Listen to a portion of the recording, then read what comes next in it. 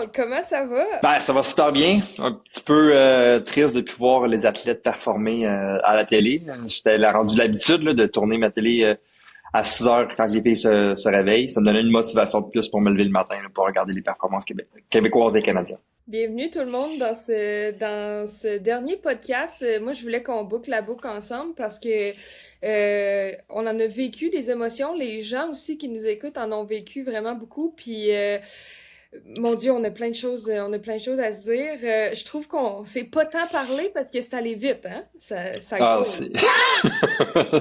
Ouais, ben surtout quand que, tu sais, moi, je suis resté ici, toi, t'es parti là-bas à deux occasions. Euh, Puis comme tu as pu le vivre, quand tu vis les jeux, ça va vite et c'est intense, là.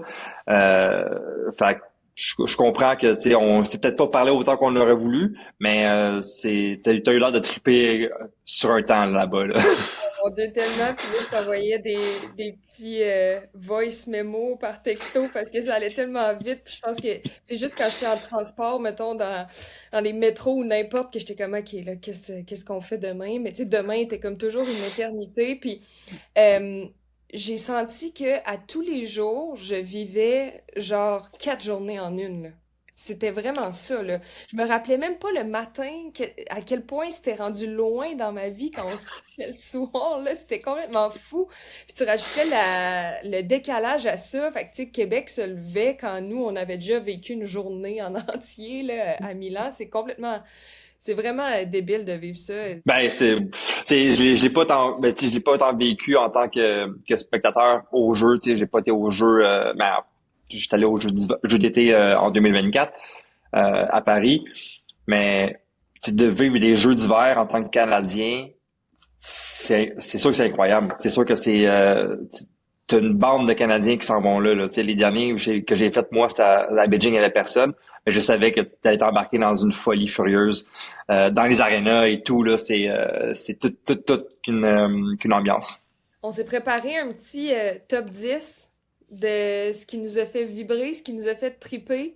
Ouais. Puis, puis moi, je veux commencer d'entrée de jeu en disant que je suis une nouvelle fan finie de ton sport.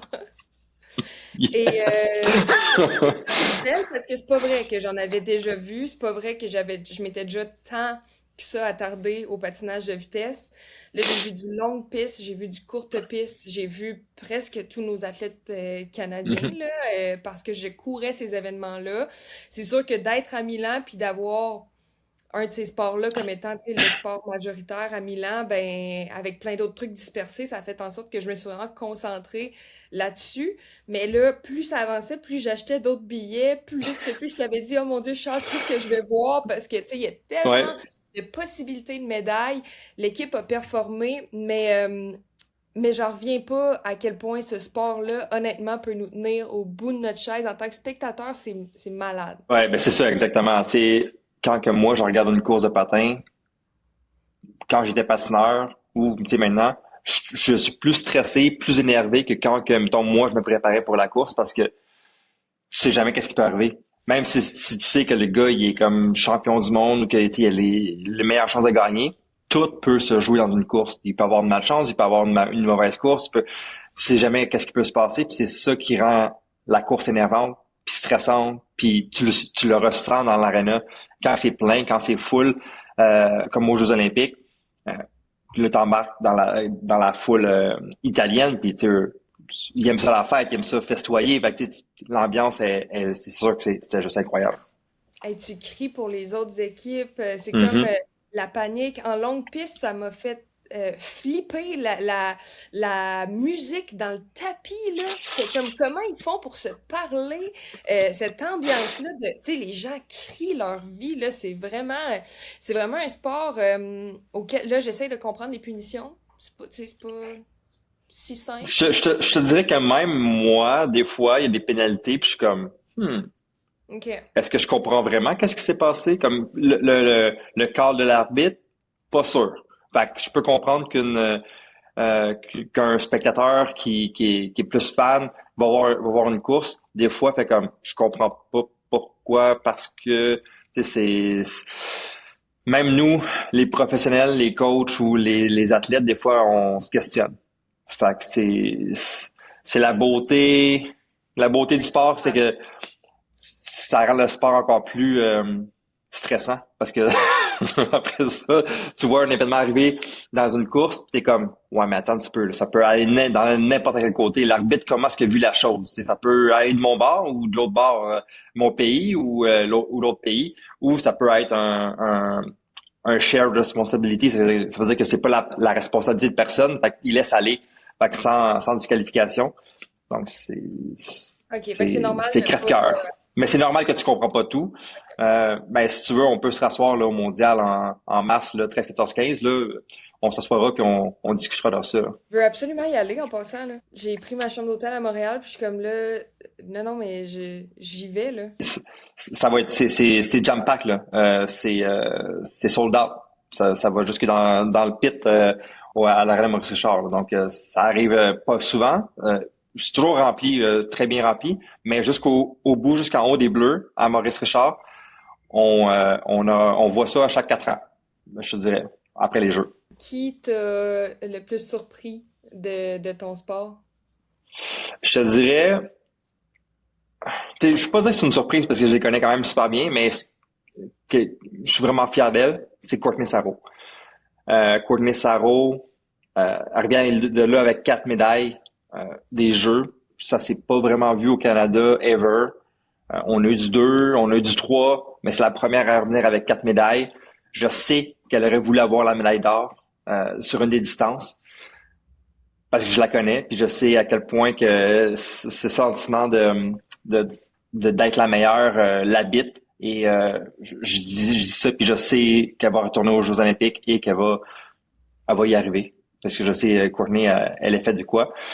Et c'était juste beau à voir. C'est la confiance, la façon qu'elle patinait, elle s'imposait, elle a pas eu peur.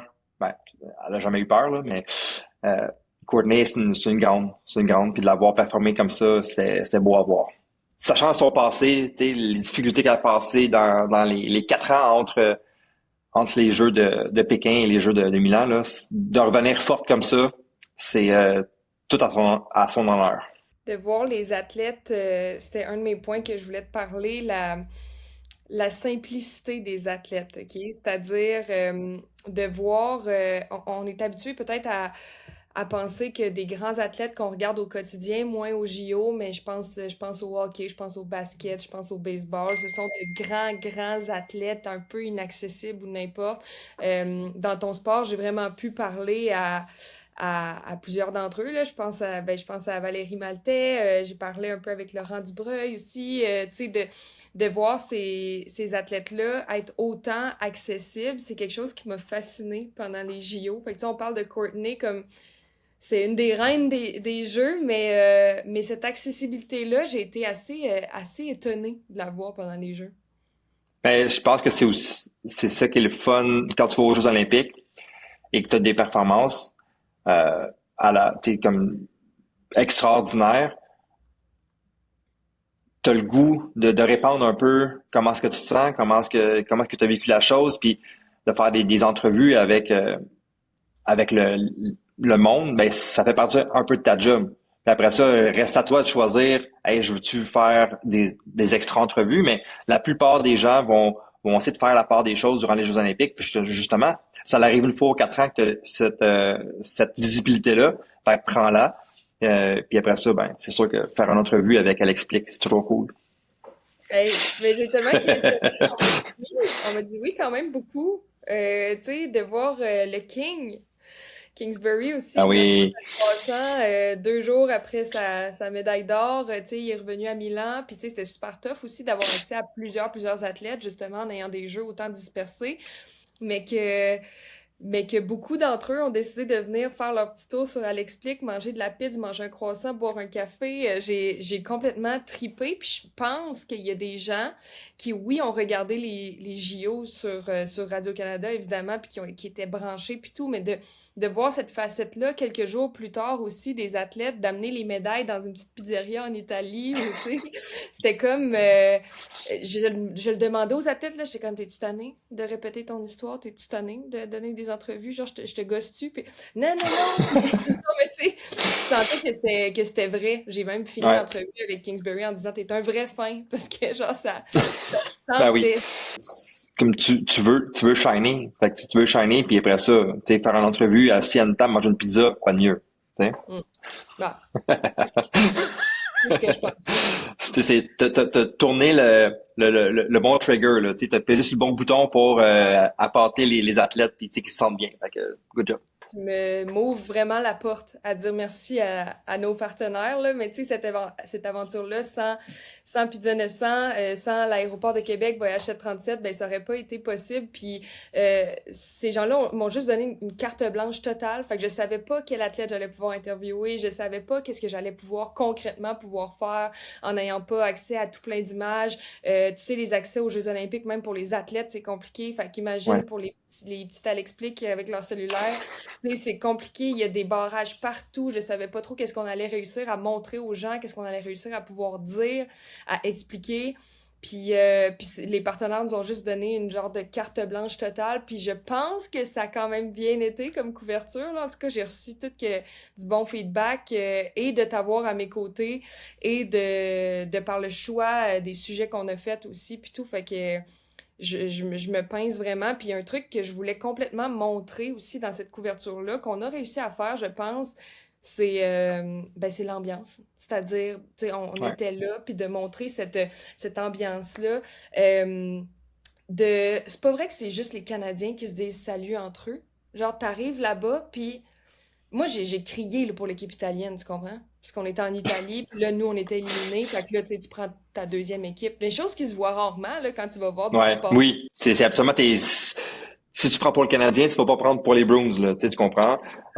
Finalement, je change d'équipe en troisième période, tandis que là, au JO, ça se voit en masse. Ouais. Tu Ouais. sais, les Dutch, à un moment donné, j'étais comme, ah, ils sont juste trop forts, là, let's go. J'avais le goût d'aller me chercher un chandail orange, tu sais, c'est comme, ils sont, Ouais. ça, tu sais, en tant qu'athlète, est-ce que tu le vois à quel point les gens, pas qu'ils changent de pays, là, mais tu sais, à quel point, je veux dire, c'est juste l'encouragement puis l'esprit sportif est à son comble. 100%, 100%. Surtout, je peux pas parler dans tous les sports, mais je pense que ça se ressent un peu à travers les JO. Mais mettons en courte piste, là, euh, il n'y a pas de Canadien en finale. Ben c'est sûr que tu as quelqu'un que tu connais, un préféré, ou tu sais, fait que tu vas cheer pour cette personne-là. Puis tu prends dans ton propre jeu de comme, hey, ben je suis aussi intense que si j'encourageais un Will ou un Steven, parce que c'est comme on les connaît tous, puis on veut, c'est de l'émotion, puis c'est stressant le patin. Fait que, tu sais pas ça, moi, je regarde les filles, je regarde les gars patiner, mais après ça, une performance comme Ariana Fontana au jeu à Milan, tu sais, elle a commencé ses jeux à Turin en 2006, puis là, elle s'est rendue jusqu'à Milan en 2026. Fait que ça fait, tu sais, c'est 20 ans de différence là entre les deux. Fait que elle avait 16, maintenant elle a 36. Puis de la voir encore sur le podium, médaille d'or, médaille d'argent, pour moi, ça me rentre pas dans la tête. C'est comme à quel point c'est la reine. Tu sais, elle a 14 médailles olympiques. Pour moi, c'est du cinéma, là. Fait que pour moi, de voir une performance comme ça, je peux pas ne pas être contente pour elle. C'est incroyable. Tu parles des émotions, là. Je me rappelle pas la dernière fois que j'ai autant vécu d'émotions, de voir du monde que je connais pas me faire brailler en claquant des doigts.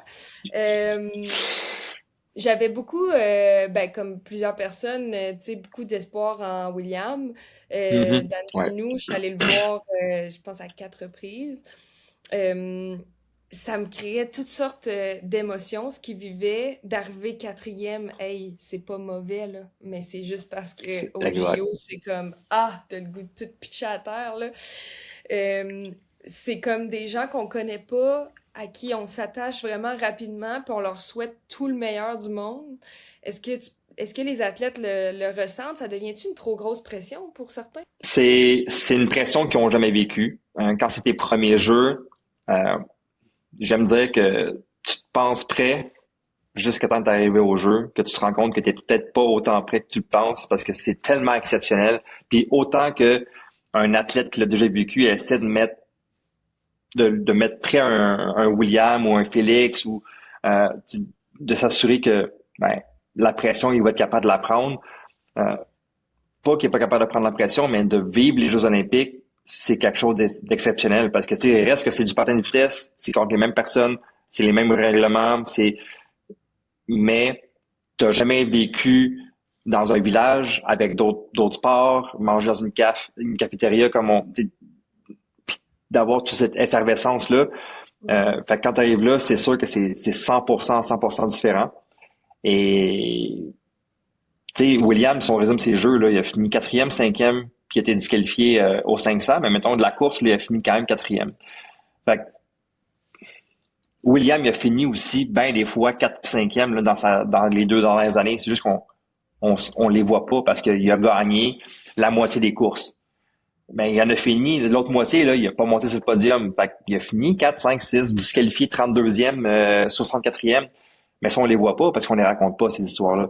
Sauf que là, c'est arrivé 3 fois aux Jeux olympiques. Puis après ça, lui, il va prendre ce bagage-là, il va mettre ça dans son petit baluchon, puis il va partir avec ça, puis il va grandir. Tu sais, c'est ça la vie d'athlète. Si tout le monde qui devait gagner gagne au jeu, pas que ce serait plate, mais il n'y aurait pas de belle histoire comme des victoires exceptionnelles ou des surprises comme Valérie Maltais qui monte sur son 3e podium au 1500 mètres, qui avait jamais gagné de médaille au 1500 en longue piste, puis là, pouf, tu sais, une médaille au JO. C'était pas elle qui était supposée être là, mais elle avait peut-être une chance, mais c'est elle qui l'a gagné parce qu'elle a fait une course exceptionnelle. Tu nommes les deux qui m'ont fait brailler. Non, mais tu sais, puis dans les deux sens, parce que t'arrives là, puis tu t'espères tellement le mieux pour nos athlètes canadiens, puis tout le monde est là dans un esprit tu sais, entre pays, là, c'est comme, tu te vois avec les casquettes, on se spot, puis on s'assoit à côté, puis on se met à se tenir les mains, on se connaît pas, puis à Mhm. tout espérer le mieux pour un athlète qu'on suit même pas en temps, tu sais, en temps normal, mais honnêtement, ça a été, ça m'a vraiment, vraiment frappé au JO, cette émotion-là qu'on peut ressentir.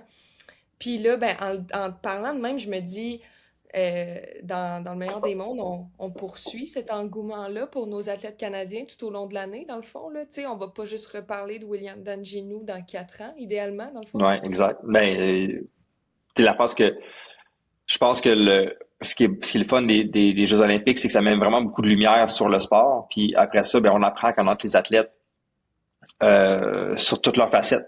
Puis après ça, ben, comme là, l'aréna va être pleine dans une couple de fin de semaine en mars, le 13, 14, 15. Là, il va y avoir plus de monde encore qui va être initié au courte piste, aller voir ça live, comme tu l'as fait au JO. Tu sais, ta première expérience du courte piste, aller au JO, c'est nuts, là. Tu sais, c'est, pour vrai, c'est comme c'est. Tu peux pas, tu as mis la barre là, mais à Montréal, ça va être la même chose. Mais tu reviens voir, mettons, des championnats canadiens, il y a 200 personnes dans les estrades, là. Tu sais, il y a pas beaucoup de monde qui viennent, tu sais, les parents et tout, mais c'est pas rempli, là. Fait que je pense que chaque jeu a amené le courte piste à un niveau supérieur. Puis encore là, tu sais, les performances de Courtney, les performances de la vétérane Kim qui revient à la maison avec 6 médailles, pas des jeux, mais comme en tout, qui me rejoint, tu sais, à 6 médailles. C'est ces performances-là qui font aimer le sport, qui font faire en sorte que le monde veut suivre encore plus les athlètes canadiens. Toi qui t'avais mis dans tes top athlètes, puis dans ton top Milan. Je te dirais que si on sort du Canada, parce que il y a des performances incroyables un peu partout à travers le monde, là.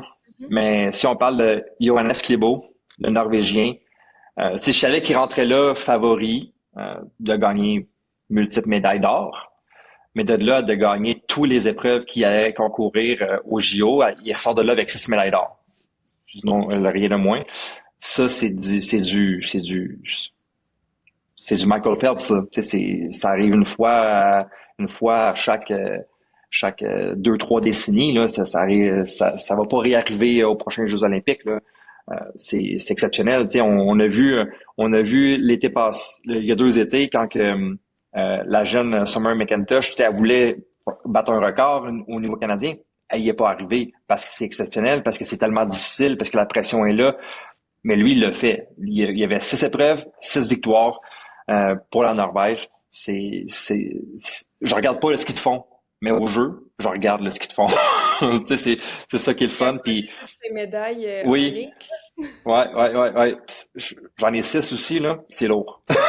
Hey, c'est fou.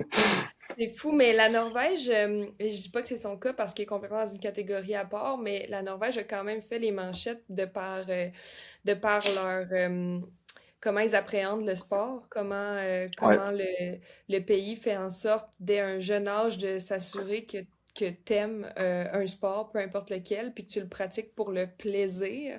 Puis ça, quand j'ai lu des textes comme ça, puis que j'ai vu à quel point, bon, la Norvège qui est arrivée numéro un là, en total de médailles, mais euh, quand j'ai lu ces textes-là, je voulais t'en parler parce qu'on a à apprendre de la Norvège. 100%. Je pense que, tu sais, c'est pas la norme, mettons, au Québec ou au Canada de, d'avoir ce qu'ils font en Norvège. Tu sais, en Norvège, là, il n'y a pas de compétition, il n'y a pas de médaille, il n'y a pas de podium avant 13 ans, je pense. Avant 13 ans, c'est tu fais ton sport. Oui, tu veux t'améliorer. Oui, tu fais des courses. Tu sais, il y a des courses qui se passent, mais il y a pas de cérémonie après. C'est comme tu fais la course. Bravo, tout le monde tape dans les mains. Ça a bien été, ça n'a pas bien été. On passe à la prochaine. On va s'entraîner. On aime le sport. On apprend à aimer le sport. Puis ça l'amène moins de pression. Puis tu apprends à gérer aussi cette pression-là. Parce que plus tu vieillis, ben, plus tu es conscient de, hey, je patine, mais où je fais du ski vite, ou tu sais, n'importe quel sport que tu fais, puis tu apprends à aimer ton sport, tu apprends à t'améliorer. Tu te rends après ça à 13, 14, 15 ans, là, tu commences à faire des compétitions. Puis c'est un processus du développement de l'athlète à long terme. Tu sais, il y en a des développements d'athlètes à long terme, des écrits. Ben, pour qu'un athlète performe pendant longtemps, ben, il doit passer par des processus d'apprentissage dans sa jeunesse. Puis il y en a qui ont vécu ça. Puis je veux pas dire que c'est parce que 100% qu'est-ce que j'ai fait, puis ça ressemble à ce que la Norvège en fait, mais c'est mon père, quand il nous a initiés au sport, c'était pas dans l'optique qu'on gagne toutes les compétitions. Puis quand j'ai commencé le patin, j'étais pas bon patineur. J'étais médium, médiocre. Tu sais, c'était, c'était, Ok. Ça a donné des bons résultats j'étais pas quand même. bon là. Puis, tu sais, ça a pris 8, 10 ans avant que je devienne un des meilleurs patineurs au Québec. Fait que c'est pas arrivé en 2, 3 ans, c'est pas arrivé en 4, 5 ans. C'est un processus, là, tu sais. Il y avait bien du monde en avant de moi pendant longtemps, mais, tu sais, j'ai appris à aimer mon sport avant d'avoir du succès dans mon sport. Fait que quand j'ai eu mon succès, mais le travail que j'ai fait, le fun que j'ai eu à le faire, mais c'est ça qui me drivait plus que, hey, je suis le meilleur, je suis le premier, c'est moi qui gagne tout. Fait que pour moi, je pense que c'est un chemin que moi personnellement je veux retranscrire pour mes filles en ce moment. Tu sais, je sais qu'ils apprennent à aimer le sport, peu importe le sport qu'ils font, ils en font plein, mais je pense que c'est ça un peu la clé, là. C'est de pas mettre c'est quoi l'expression, mettre la charrue devant les bœufs, là. Oui, Tu sais, mais tu il y a sais, un processus dans tout, là. oui, puis on le voit que la pression, c'est pas la clé du succès, là. Puis ça me fait juste penser à, tu sais, tu peux faire des parallèles avec plein d'autres choses, mais tu sais, en Finlande, quand on regarde leur système d'éducation, puis on voit à quel point le fait de pas mettre d'examen du ministère avant l'âge de 16 ans, puis que, tu sais, de vraiment favoriser justement le sport le plus possible à l'école, d'enlever les souliers parce que, bon, on est comme chez nous, puis on est dans un Mhm. environnement d'apprentissage. Mais tu sais, tu fais ces parallèles-là avec le sport. Je pense qu'on a beaucoup à apprendre, puis de garder ce momentum-là olympique pour shaker un peu les décideurs. Ben, c'est pas mauvais en soi, là. Fait que Mais, de regarder la Finlande puis de se dire on aurait peut-être à apprendre. Euh, puis la Norvège, dans ce cas-ci, pour les JO, clairement, c'est peut-être la clé du succès des prochaines années pour le sport de haut niveau, là. ben, ça fait en sorte que tu te regardes dans le miroir et dis, hey, on fait-tu vraiment la bonne chose? C'est aussi mettre de la pression sur beaucoup d'organisations, beaucoup de monde. Ah, tu sais, c'est quoi nos valeurs? Tu sais, est-ce qu'on est un bon club parce qu'on gagne des médailles ou on est un bon club parce qu'on a 300 patineurs qui aiment se patiner?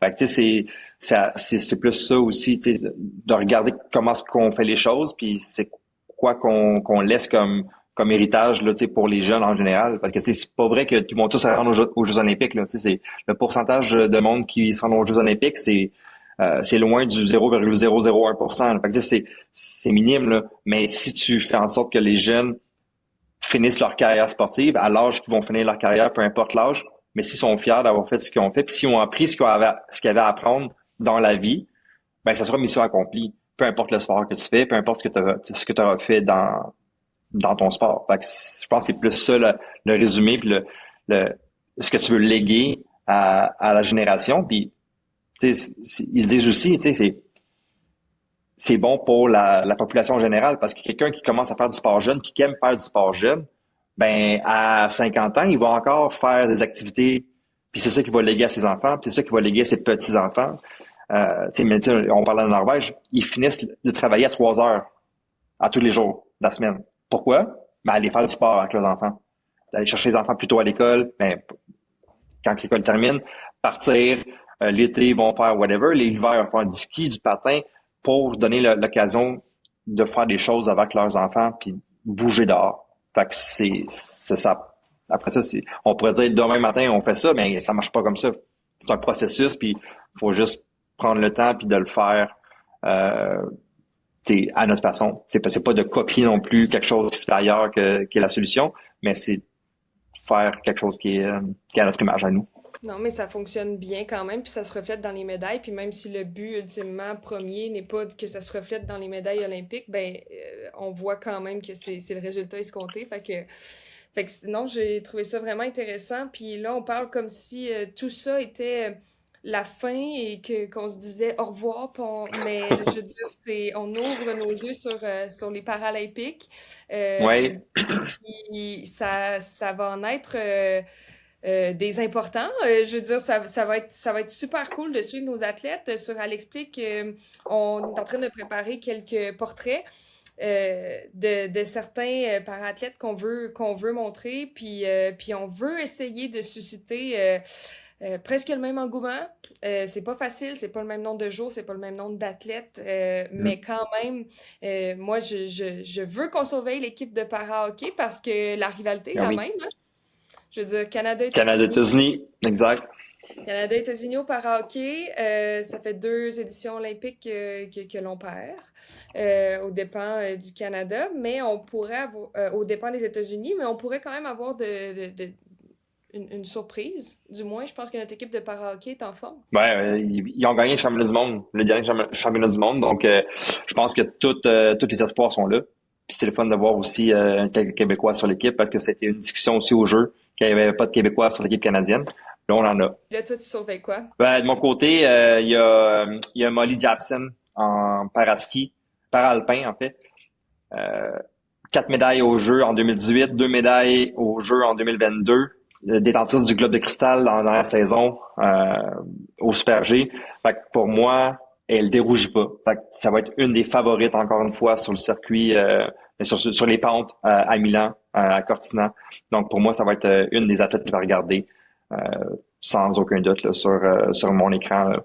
Ça va être le fun à regarder parce que je pense qu'il y a de plus en plus de de paralympiques à la télévision et de pouvoir les regarder live, c'est un luxe parce que ça n'a pas toujours été comme ça.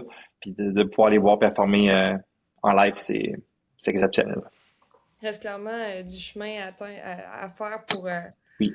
pour avoir un certain engouement qui est du moins similaire ou n'importe, tu sais, de juste commencer par des petites étapes. Il y a un rôle des médias, puis je m'inclus là-dedans, là, mais peut-être un rôle des athlètes aussi olympiques, comme, tu sais, quand ils ont une grosse tribune, puis qu'on vient de finir des jeux, d'élever ceux des paras qui commencent leur jeu à eux. Tu sais, Mm. j'ai hâte de voir là, certaines histoires, mais je me dis que ce serait cool qu'il y ait tout ce beau monde olympique, là, fait que médias, familles, athlètes, n'importe qui ont vraiment tripé dans les dernières semaines, ben d'essayer de faire triper tout le monde vers les Paralympiques. Je pense que c'est Mm. important quand même. Passer le flambeau aux Paralympiques, tu sais, ça serait intéressant. Tellement! Hey, Charles, ça a été trop cool de faire ça ensemble. J'en reviens Ouais, pas. ouais, j'ai vraiment aimé ça. Puis si tu veux remettre au prochain, ça me fait plaisir. Ça s'en vient, là, c'est dans moins de 4 ans, là. Ouais, c'est ça. Dès qu'on a commencé. Ben, pour vrai, le monde, tu finis les jeux, Ben, tu resets ta montre, puis ben, let's go, on se prépare pour les prochains. On reset la Garmin. Hey, merci, Charles, c'est trop cool. Yes. Ciao, Alexandre.